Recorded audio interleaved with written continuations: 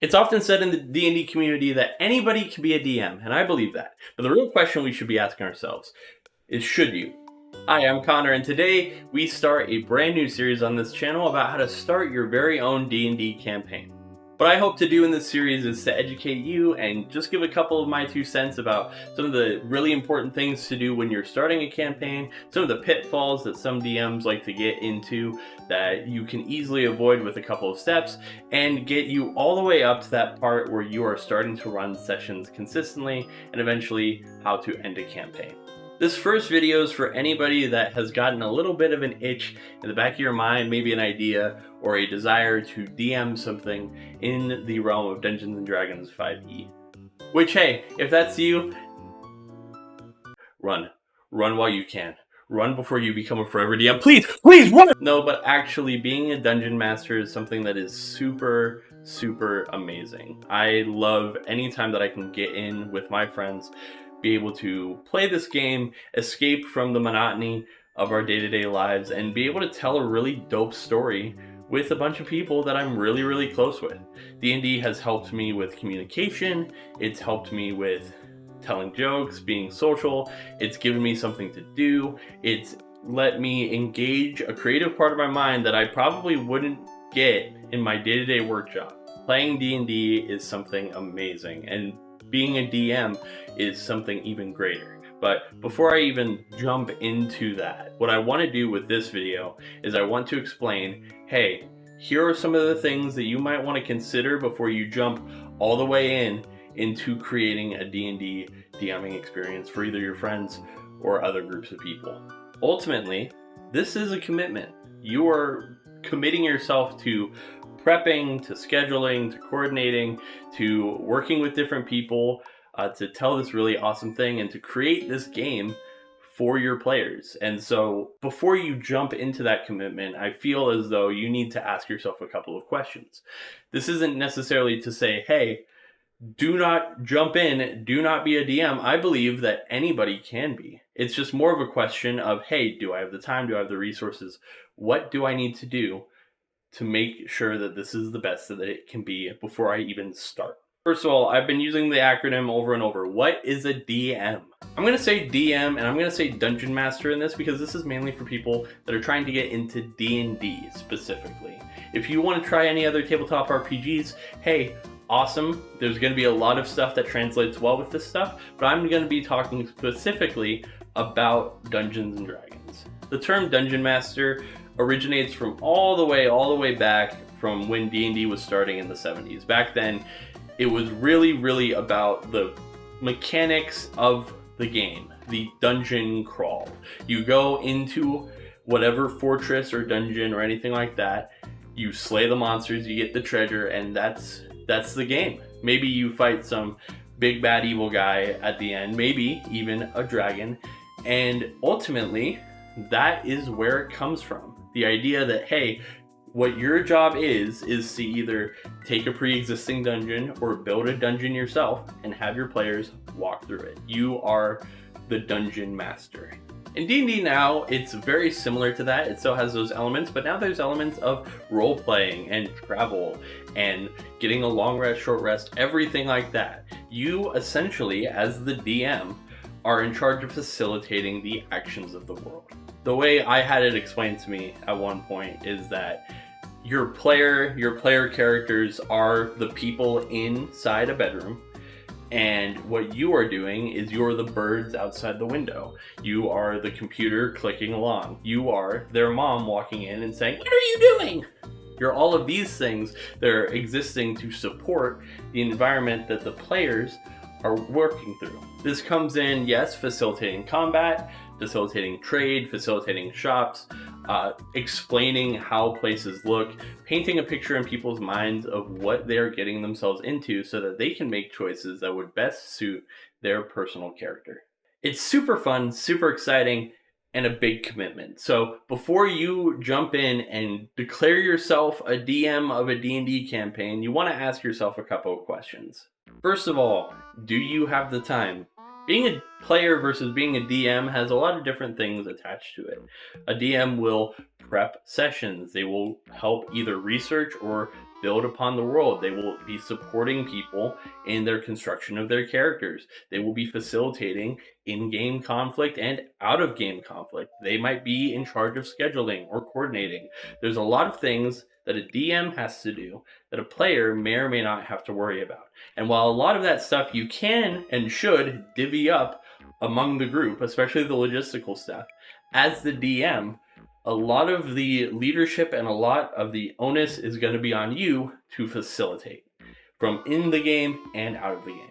And again, it's super rewarding, but you have to ask yourself, how much time do I have to put into a campaign? How much time do I have to put into a session? I'm going to talk a lot about this in this series, but a DM's most powerful tools are time and communication. When it comes to time, you have to be able to work in your own mind, hey, am I going to have the time to commit myself to years, a year, a month, a session, a one-shot? And then through that, how much time do I have to commit to an actual session itself? Like, are my sessions going to be long, short, anything like that? If this is your first time ever playing D&D, what I would say first is, wow, you're going to jump right into DMing? Good on you. And the second thing I would probably say is, hey, you might want to start with a one-shot. One-shots are D&D stories that can be told in one sit-down session of the game.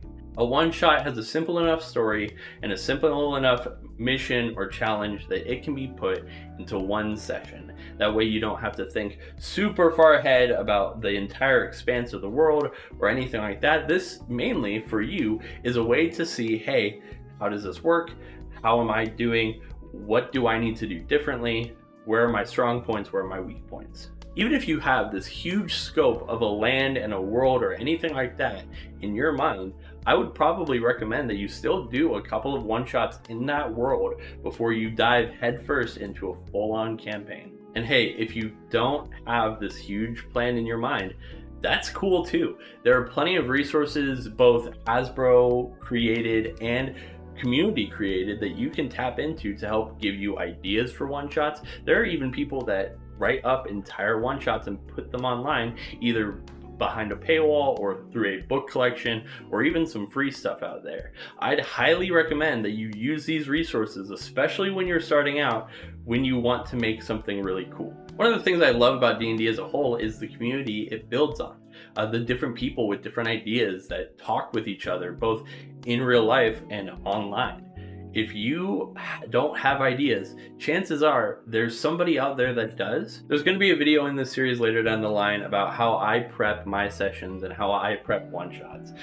But to simplify everything for you, if you are going to want to commit to this thing, but you don't know how much time you're willing or able to put into it, start with a one-shot. Get some people, make a couple of character stat blocks, and play. You know, it gives you the ability to learn, gives you the ability to practice, and then when you jump into your campaign, you're not absolutely flailing by yourself. The second thing that I'd probably say before you jump headfirst into all this stuff is, do you have people that you can play with?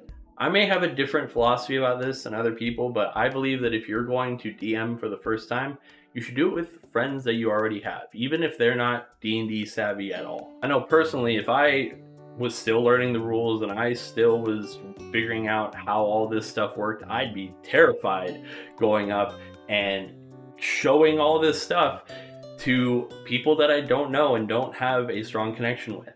There are a ton of awesome resources out there, either in person or online, that are about groups about Dungeons and Dragons.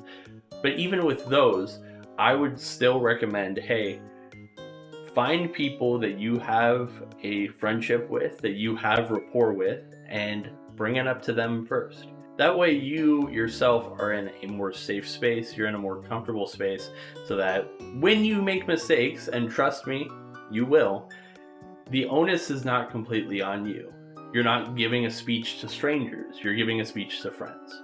For a first-time DM, I'd probably recommend a group between 2 to 4 people, 4 at most. You don't want to be juggling a lot of balls right away. You probably want to start with something a little more simple, a little more easy, so that you can devote as much time as possible to each individual person.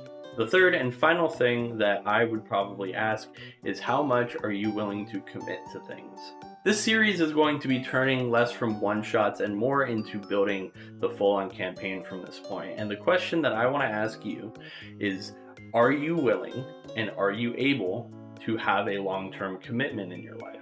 DMing is a fantastic experience. It's so much fun. The opportunities, the memories, the stories that you're going to get out of it are phenomenal. At the same time, you have things in your life that are more important. You have friends, you have family, you have work or school, you have all of these other things that are going to matter a ton, especially as you go down the line. And being a DM, for all of its awesome things, it's also being in a leadership position. You, at this point, are going to have to network and coordinate and schedule all kinds of things.